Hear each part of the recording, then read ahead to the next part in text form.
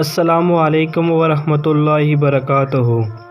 Islamic آگاہی 786 YouTube channel اور face بک page پر ہم قصص الانبیاء کا آغاز کر رہے ہیں۔ یہ ہماری قصص الانبیاء کی پہلی ویڈیو ہے۔ آج کی ویڈیو میں ہم قصص الانبیاء میں انسان کی تخلیق کا بیان کریں گے۔ بسم اللہ الرحمن الرحیم۔ انسان کی تخلیق۔ اللہ رب العزت نے کائنات کی تمام چیزوں کی تخلیق فرمائی اور ہر چیز کو کلمہ کن ہو جا کہہ کر پیدا فرمایا۔ انسان کو اشرف المخلوقات، تمام مخلوقات سے افضل ثابت کرنے کے لیے اسے سب سے بہتر انداز میں اپنے ہاتھوں سے تخلیق فرمایا۔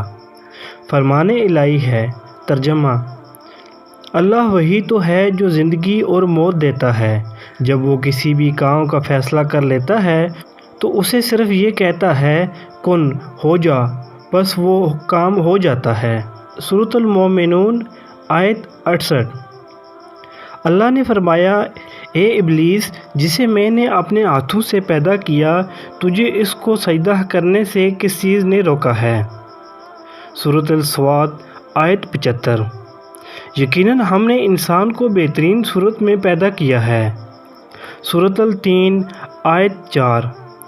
اللہ سبحانہ و تعالیٰ نے انسان کی بہترین انداز میں تخلیق کرنے کے بعد اسے بیکار نہیں چھوڑا، بلکہ اسے پکڑنے کے لیے ہاتھ، چلنے کے لیے پاؤں، سننے کے لیے کان، دیکھنے کے لیے آنکھیں، بولنے کے لیے زبان، چاہنے کے لیے دل اور غور و فکر کرنے کے لیے دماغ عطا فرمایا۔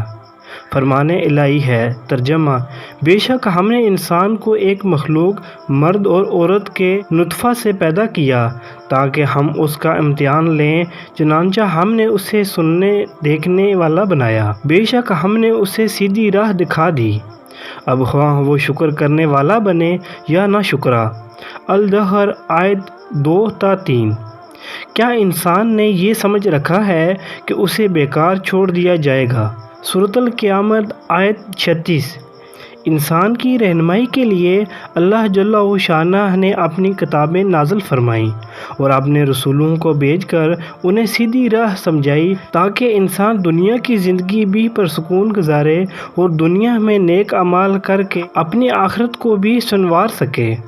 یہ تھا قصص الانبیاء کا انسان کی تخلیق کا بیان۔ اب اس سے آگے اگلی ویڈیو میں بیان کریں گے۔